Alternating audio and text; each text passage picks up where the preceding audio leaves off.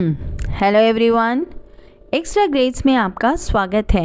आज हम पढ़ेंगे पाठ स्वर्ग बना सकते हैं, जिसे लिखा है रामधारी सिंह दिनकर जी ने। पाठ शुरू करने से पहले मैं आपसे पूछना चाहूँगी, क्या आपने मेरे चैनल को सब्सक्राइब किया है?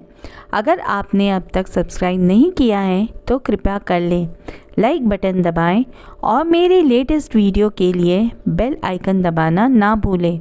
तो चलिए हम पाठ शुरू करते हैं।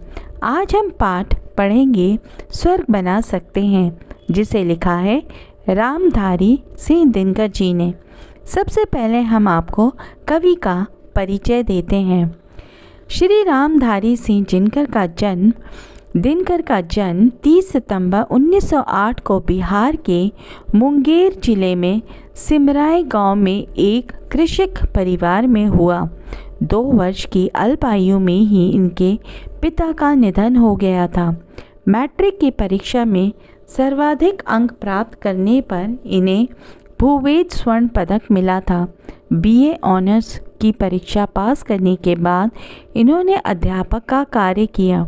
बाद में ये सीतामढ़ी में जब रजिस्ट्रार तथा सन 1950 में एक स्नातकोत्तर महाविद्यालय में हिंदी विभाग के अध्यक्ष बन गए। भारत सरकार ने इन्हें पद्म विभूषण से उपाधि से विभूषित किया। दिनकर जी के गद्य और पद्य दोनों प्रकार की रचनाएं लिखी हैं। इनके काव्य उर्वशी पर इन्हें भारतीय ज्ञानपीठ पुरस्कार प्राप्त हुआ। इनकी रचनाओं में राष्ट्रीयता तथा भारतीय संस्कृति की झलक है। ये ओज के कवि के रूप में स्मरण किए जाते हैं। प्रस्तुत अंश दिनकर जी की प्रसिद्ध रचना कुरुक्षेत्र से लिया गया है। महाभारत युद्ध में उपरांत धर्मराज युधिष्ठिर भीष्म पितामह के पास जाते हैं। वहाँ भीष्म पितामह उन्हें उपदेश देते हैं। वह भीष्म पितामह का युधिष्ठिर को दिया गया अंतिम उपदेश है। 40 के दशक में लिखी गई इस कविता के माध्यम से कवि भारत देश की सामाजिक दशा, उसके विकास में उपस्थित बाधाओं और उसमें परिवर्तन कर उसे स्वर्ग समान बनाने की बात करते हैं। आइए अब हम चलते हैं कविता की ओर और समझते हैं लाइन बाय लाइन एक्सप्लेनेशन। हमारी पहली पंक्ति है, धर्मराज यह भूमि किसी की नहीं किरित है दासी। किरित का मतलब है खरीदी हुई। यह जन्मना समान परस्पर इसके सभी निवासी। सबको मुक्त प्रकाश चाहिए, सबको मुक्त समीरण का मतलब वायु। बाधा रहित विकास मुक्त आकांक्षाओं से जीवन। प्रस्तुत पंक्तियाँ में कवि श्री रामधारी सिंह दिनकर जी कहते हैं कि वो धरती किसी की खरीदी हुई दासी नहीं है। इस पर जन्म लेने वाले सभी एक समान हैं। उसी समय उन सभी को खुला आसमान चाहिए, जिससे वे धूप और चांदनी सभी का आनंद ले सकें। कवि कहते हैं कि ये सभी को विकास का अवसर मिलना चाहिए और किसी प्रकार की बाधा उसके विकास को ना रोके और ना ही किसी के मन में किसी के लिए कोई संदेह हो। कवि का कहना है कि इस धरती को स्वर्ग बनाने का यही एकमात्र तरीका है। धरती, आसमान, हवा सबके लिए एक समान है और उन पर सबका समान अधिकार है। राष्ट्रीय कवि रामधारी सिंह दिनकर जी की इन पंक्तियों में विभीषण भीष्म पितामह धर्मराज युधिष्ठिर को उपदेश देते हुए कहते हैं कि हे युधिष्ठिर, ये धरती किसी की खरीदी हुई दासी नहीं है। ये तो यहाँ जन्म लेने वाले सभी लोगों की है। इस पृथ्वी पर सभी लोगों का जन्म समान रूप में हुआ है। भाव यह है कि इस पृथ्वी पर जन्म लेने वाले सभी लोग समान हैं। उन सभी को प्रकृति के तत्व समान रूप से मिलने चाहिए। सभी को मुक्त रूप से प्रकाश और खुली हवा चाहिए। इस पृथ्वी पर निवास करने वाले सभी लोगों का यह अधिकार है कि उनका विकास हो। उनके विकास में किसी प्रकार की बाधा न आए। उन्हें किसी प्रकार की चिंता, आशंका या भय का सामना न करना पड़े, क्योंकि यह धरती, आकाश, धूप, हवा सबके लिए है और उन पर सभी का समान रूप से अधिकार है। अब हम चलते हैं अपनी दूसरी पंक्ति की ओर। लेकिन विघ्न अनेक सभी इस पथ पर अड़े हुए हैं। मानवता की राह रोक कर पर्वत अड़े हुए हैं। न्यायोचित सुख सुलभ नहीं। जब तक मानव को चैन है कहाँ धरती पर, तब तक शांति कहाँ इस भव को। कवि का कहना है कि इस धरती को स्वर्ग बनाने के लिए अनेक बाधाएं खड़ी हैं। विभिन्न वर्गों के बटे हुए समाज के बराबरी को लाना कठिन है। सभी को न्यायपूर्ण सुख प्राप्ति हो सकता है। जब तक मनुष्य को न्याय रूपी सुख नहीं मिलेगा, तब तक उसे चैन नहीं आएगा।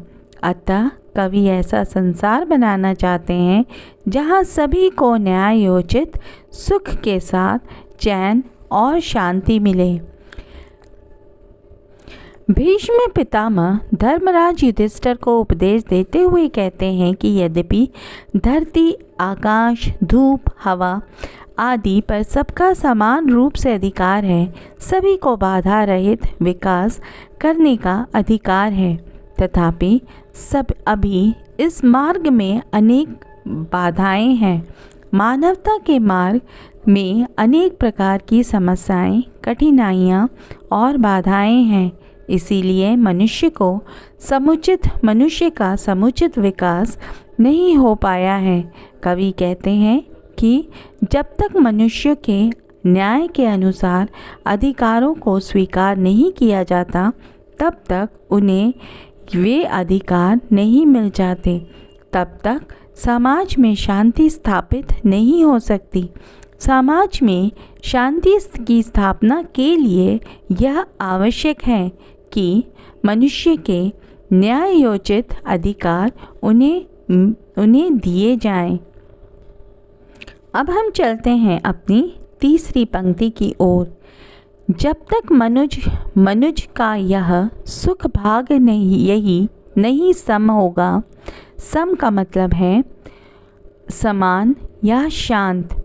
शमित न होगा। शमित मतलब शांत न होगा। कोलाहल का मतलब शोर। संघर्ष नहीं कम होगा। उसे भूल वह फंसा परस्पर ही शंका में, भय में लगा हुआ केवल अपने में और भोग संचय में। कवि का मानना है कि जब तक जीवन में समता का सुख नहीं होगा, तब तक मनुष्य को अपने मन में असंतोष रहेगा और असंतोष के कारण अशांति बनी रहेगी। अन्याय के विरुद्ध मानवता के आंदोलन का शोर तब तक कम नहीं होगा जब तक प्रकृति के साधन सबको समान रूप से नहीं मिल जाते। समाज में हम एक दूसरे पर भी संदेह करते हैं, स्वार्थी भावना लाते हैं। अतः इसी भावना के कारण मनुष्य लालचवश भाग और संचय में लगा हुआ है। रामधारी सिंह दिनकर जी कहते हैं कि भीष्म पितामह ने युधिष्ठिर को उपदेश देते हुए कहा कि जब तक सभी मनुष्यों को समान रूप से प्रकृति के सभी साधन उपलब्ध नहीं होंगे, तब तक समानता के आधार पर सबको समान अधिकार नहीं दिए जाएंगे, तब तक संघर्ष की समाप्ति नहीं हो सकती। जब सभी मनुष्यों को सुख प्राप्त करने के समान अधिकार मिल जाएंगे, तो कोलाहल संभवतः समाप्त हो जाएगा। लेकिन वास्तविकता तो यह है कि स्वार्थ से ग्रसित लोग इस बात को भूलकर केवल अपने लिए धन संचय में लगे हुए हैं, जिससे संदेह तथा भय का वातावरण बना रहता है। अब हम चलते हैं अपनी आखिरी पंक्ति की ओर। प्रभु के दिए हुए सुख इतने हैं, विकर्ण धरती पर, विकर्ण मतलब फैले हुए, भोग सके जो उन्हें जगत में कहाँ अभी इतने नर, सब हो उस सकते तुष्ट, एक सा सब सुख पा सकते हैं, चाहे तो पल में धरती को स्वर्ग बना सकते हैं। कवि का कहना है कि ईश्वर ने मनुष्य को अनेक प्रकार के सुख दिए हैं।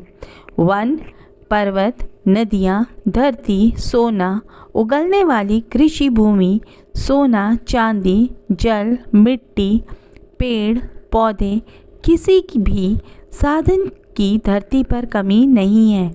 धरती पर प्रचुर मात्रा में सुख के साधन हैं। मनुष्य स्वार्थ रहित होकर यदि इन सुखों को समतापूर्वक भोगे तो सबको सुख की प्राप्ति होगा और सभी संतुष्ट भी रहेंगे। अतः यह धरती स्वर्ग के समान सुंदर बन जाएगी। यहाँ भी वही सुख प्राप्त होंगे जो स्वर्ग में प्राप्त होते हैं। कवि कहते हैं कि इस पृथ्वी पर प्रचुर मात्रा में सुख के इतने साधन उपलब्ध हैं कि उससे सभी मनुष्य को सभी आवश्यकताएं पूर्ण हो सकती है। यदि स्वार्थी लोग अपने लिए संचय करने का भाव छोड़ दें तो पृथ्वी के साधनों का उपयोग सभी मनुष्य कर सकते हैं और सबके उपभोग करने के बाद भी वे बच जाएंगे।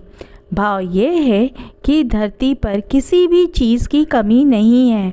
इस धरती पर भोग सामग्री का जितना विस्तार है, अभी उसका उपभोग करने वाला उतने मनुष्य नहीं हैं।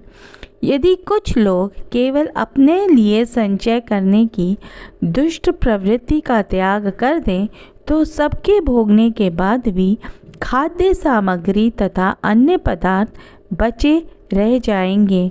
ऐसी स्थिति होने पर सब लोग संतुष्ट हो सकते हैं तथा समान रूप से सुख पा सकते हैं। यदि ऐसा हो गया तो पल भर में इस धरती को स्वर्ग के समान बनाया जा सकता है, अर्थात फिर इस धरती पर वे सब सुख होंगे जो स्वर्ग में उपलब्ध होते हैं। तो बच्चों, ये पाठ यहीं ख़त्म होता है। अगर आपको यह वीडियो अच्छी लगी तो वीडियो को लाइक कीजिए और चैनल को सब्सक्राइब करें तथा साथ ही बेल आइकन को भी दबाएं ताकि आने वाली हर एक वीडियो का अपडेट मिल सके। तो मिलते हैं अगले वीडियो में, तब तक के लिए धन्यवाद और वीडियो को अंत तक देखने के लिए धन्यवाद।